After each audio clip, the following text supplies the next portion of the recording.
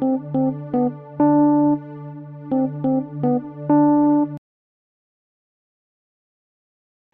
and welcome to another episode of Ian McLean Above and Beyond.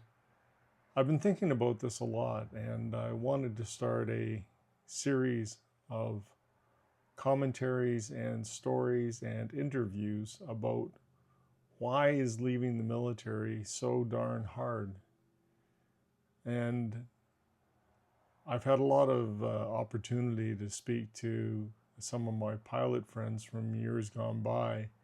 And during the course of those interviews, some of the commentaries that have come up in the sidebars are from ex-military members in other fields.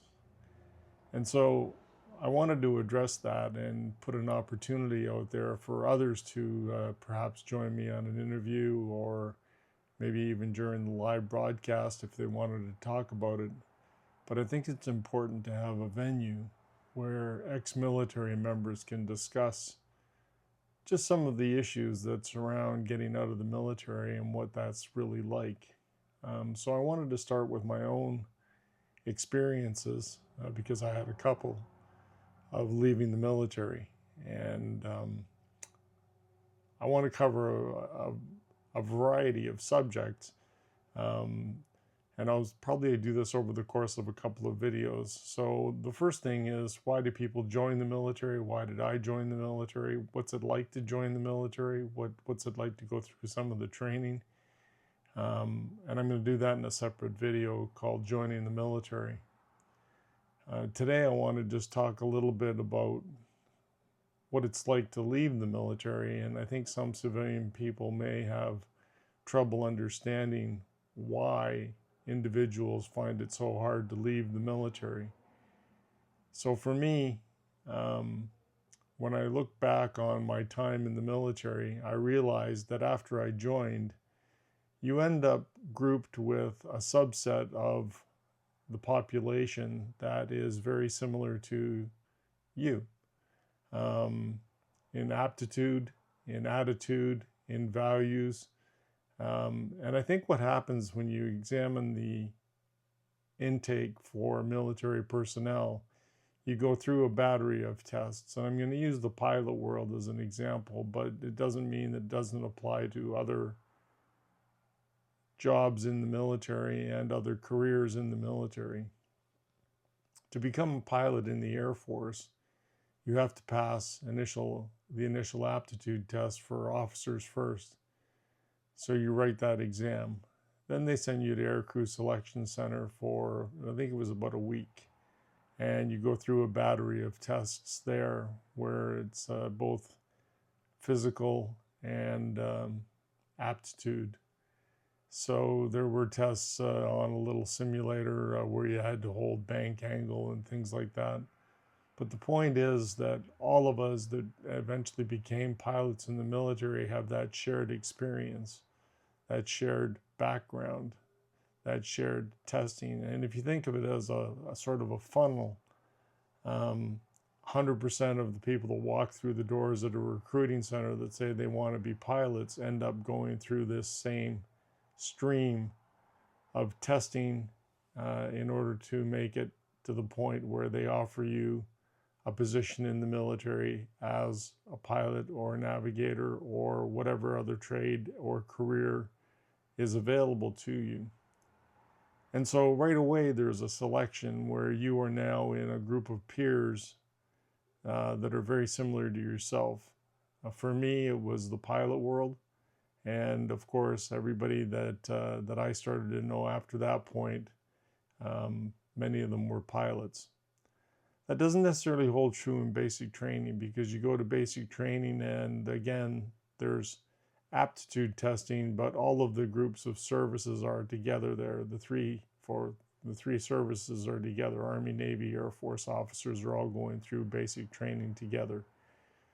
But the testing element remains the same. There's leadership testing to make sure that you can lead people in times of stress. There's stress put upon you to make sure that you can handle stress. There are some academics about the Canadian Forces regulations and administrative orders. So once again, the funnel narrows, and the people that are successful in basic training end up moving on to the next phase of their career, be it pilot, navigator, or in the Navy or in the Army, and depending what career in the Army you've ended up choosing. The funnel narrows further, and so you end up with a group of people, again, very similar to yourself. For me, that was basic flying training after a brief stint of on-the-job training in Cold Lake. So you go to basic flying training now, and let's say your course starts with about 30 individuals, 24 to 30 individuals, and some of you will be successful and move on, and some of you won't be. But the funnel narrows yet again. You end up with a group of people who have been similar, who have had similar experiences to what you have had, and have now had to complete basic flying training, which was quite challenging in itself. You end up soloing after only about 12 to 14 hours of flying time, and you end up accruing only about 30 hours of flying time on that course. And so in order to be successful, that cadre of individuals, they end up being very similar. Following that, it's on to wings training. And again, you're on, depending on your time of enrollment, you're on a faster aircraft. The aviation training is much more challenging. So all of this to say, there's one last sort of step when you end up in an operational training unit, and then eventually onto a squadron. All of this to say that the funnel narrows and narrows and narrows until you're around the same kind of person as you for the most part.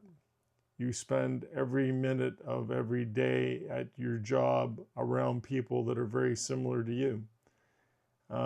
They have the same sort of patriotic beliefs. They believe in the same kind of work ethic that you have. They've gone through the same experiences. And so all of that to say, when you have to leave that environment, that adds to the, I'm going to use the word trauma. That adds to the challenge of getting out of the Air Force, for instance. The other things that go along with joining the military is you've just joined an organization that offers you a defined benefit pension plan. So people say, well, wow, you've got a defined benefit pension plan. You're set for life. When you get out, you can collect an immediate annuity. And so, yeah, there's that. It's a very positive thing. But at the same time, when you leave the military, you no longer are accruing any more benefits on your defined benefit pension plan. So if you leave at 20 years or 25 years, depending on what the regulations say at the time, you may or may not continue to have a great defined benefit pension plan, because as you get out, and even though there's a cost of living increase, inflation tends to chip away at that. And that's something that's always in the back of your mind when you get out of the Air Force or the armed forces in general. The other thing is, when you get out, the regular paycheck stops. So when you're in the military, you get paid on the 15th and the last day of every month. And come rain or shine, your bank account always goes up by that same amount, depending on your rank, on the 15th and 30th of every month, or the last day of the month, I should say. So there's a certain amount of security available in that. And as long as you're successful in your military career and you're hitting all of the high points that you need to hit, and you're staying current, you're not getting yourself into trouble with the law, you're doing your job, your personnel evaluation reports are satisfactory, there's a paycheck that's going to hit your bank account almost every 2 weeks. And you don't have to think about it. Not only that, there's opportunity for advancement. If you fill all the requirements that you need to fill for advancement to the next rank, eventually, after a time period, you can advance to the next rank and your salary will go up commensurate with that position. So you always know that you've got a possibility for career advancement. Not only that, but all around you, you see peers who are advancing in rank. and you know that they've done a great job to get to the next level. So you know that that opportunity exists if you just fulfill the right obligations in order for the selection to the next rank level. The camaraderie is another part that I think people miss when they get out of the military. Um, you live so close and work so close with individuals all the time. Then you get to know them and their spouses and their children through social events outside of daily interactions at the squadrons, that when you leave the military, suddenly you find yourself in a subdivision in, for our sake, was Caledon, Ontario, where you don't know anyone. So you go from having a peer group of 30 individuals with their wives and children to suddenly being in a subdivision where you don't know anybody. And depending on your position at your job, in my case, it was a fairly senior position, so there weren't a lot of peers through work. And my peers through work lived far and wide dispersed from where I lived, and so there wasn't that same social interaction. I know my wife found it quite challenging as well, because the wives and husbands of military members find themselves socializing again with probably members of the squadron. So a lot of times in the pilot world, it was predominantly men that were flying the aircraft. There were a few female fighter pilots, but it was predominantly a male-dominated world. So the wives would end up naturally socializing with each other. And when you get out of the military and you end up in that subdivision in Caledon, your wife no longer has that same social network to reach out to. There was one instance that I noticed in the military all the time, and that was typically the posting cycle from one job to another in different locations is somewhere in the neighborhood between 24 and 48 months, probably leaning more towards the 36 to 48 month cycle for moving. So as you get to a squadron or a new unit, you're the new guy. And in the first year, basically what you find is the guys that have been there in their second year, third year, and fourth year sort of take you under their wing and adopt your family into the squadron. You become that new member, but you're not a new member for very long because of the social events and because of the interactions at work. Eventually you move into your second year, and guess what? Some new guys show up and you want to make them feel welcome. And so you do the same thing to them that was done for you.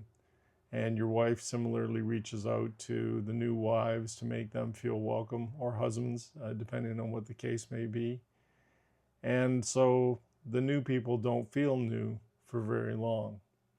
The third year guys are starting to get to the point where they're starting to look forward to what's coming next. But at the same time, they're an integral part of the squadron and the social scene. And so you've always got this group of people who have very similar backgrounds, and not only similar backgrounds, but similar aptitudes and attitudes that you have. And so it's a very secure environment. Move into your fourth year, and about that time it's ready. You're getting ready for your next posting onto the new challenge, and you start looking forward to that. But at the same time, it's bittersweet. You have an opportunity that's about to present itself, but it comes with the fact that you're probably going to have to move, meaning you have to uproot children from school. If your wife has a job, she may have to find a job elsewhere, obviously, at your next posting location. And her career may be impacted, her or his career, depending on what the member is, male or female. Their career, the spouse's career, is definitely going to be affected. And so that's a bit of a downside. But still, in your fourth year, you're part of the team, and there's always a going away party or a farewell get together as members depart squadrons and units. So when you decide that you're going to get out of the military, there's a whole world of things that you miss. Another is benefits. When you join the military, and I vividly remember being in pilot training when a senior individual talked to us about benefits and talked to us about the life insurance plan that we had that was available to us that we had to buy into, about what our pension would look like eventually, about our both health and dental benefits. You didn't have to worry about finding a doctor. There were flight surgeons on the base. You didn't have to worry about what dentist you were going to go to. There was a military dentist on the base. And the same for your family, depending on where you were, what province you were in, and how that would impact you. But the benefits package was something, again, that the military had a great benefits package and had a great pension package that you had. And so if you're leaving that, suddenly you find yourself in Ontario or British Columbia or wherever. But now you no longer have a doctor. So you have to find a doctor for yourself, for your wife, for your kids. You need to find a new dentist for your wife, yourself, your kids.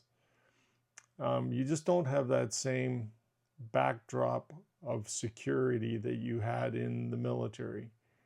In the military, basically, you got told every year you had to have your annual physical, and so you're going to see the doctor and he would do your physical. It's not like in the civilian world. Your doctor doesn't necessarily say it's time for your annual physical and take care of you if you can even find a doctor. And so again, there's that security. So all of that kind of goes together, and I'm going to wrap it up shortly about these are just some of the reasons that I think individuals find it very challenging when they leave the military. It's because it's like a bit of a security blanket. I hesitate to use the words that you are institutionalized, but I think to a certain degree, over the course of 20, 25 years of service, you can become institutionalized in that you believe that everything is sort of taken care of for you. And while getting out looks exciting because there may be some career opportunities on the outside of the military, you have to face up to the fact that you're stepping out the door and leaving a lot of security behind you. And while initially when you look at that, it doesn't seem like it's going to be a big deal, I can tell from my own experience when you step out the door and suddenly you no longer are a part of that organization, you miss the camaraderie, you miss the security, you miss the get-togethers with the guys on Friday nights and the families on Saturday afternoons, and the fact that on Monday morning you're showing up to a job that is secure. Because for the most part, military jobs are secure. You really have to make a mess of something in order to get the boot from the military. And so your job is secure. It's not like that in the civilian world. In my next video on this subject, I'm going to discuss what is it like to be an ex-military member trying to integrate into the civilian world, and what lessons I learned as I did that the first time and the second time, because I did jump ship after 9 years the first time to become an airline pilot.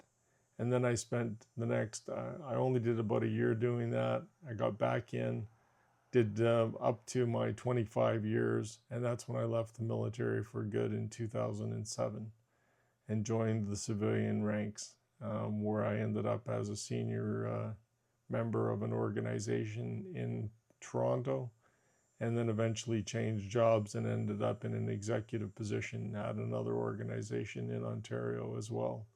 So there's some lessons that I have learned that I would like to pass on to individuals who are considering getting out of the military and integrating into the civilian world. I know I've got some pilot friends that left the military and joined either WestJet or Air Canada or some other airlines around the world. I'm sure they'd be interested in sharing some of their stories and what they learned when they got out. Again, because the flying in the military is done in a certain way, a prescribed way, and it may not be the same at the airline you join. And so there's the challenge of doing that and adapting to that. I'm sure members of the Army and the Navy, when they get out and join other services or other organizations, find that there's a certain way that those organizations do things that the military did differently. And you have to find ways to adapt. So this is the new series called basically what's it like when you're leaving the military and lessons learned leaving the military. I'd like to be able to do some interviews with some individuals about their experience. I'd like an opportunity for individuals to watch these videos and understand as they leave the military or if they've left the military, that they're not alone experiencing some of the sentiments and feelings that a lot of us have when you leave the military. I'd also like individuals who are in the military to be able to have a reference to something in YouTube, for instance, that gives them an idea of what it's like to leave, and maybe they can make that part of their consideration on their decision to leave the military or to stay in the military. And it might help some folks prepare. So until next time, thanks very much for joining me on Ian McLean, Above and Beyond. We'll continue on this series, and I'll look forward to seeing you on the next one.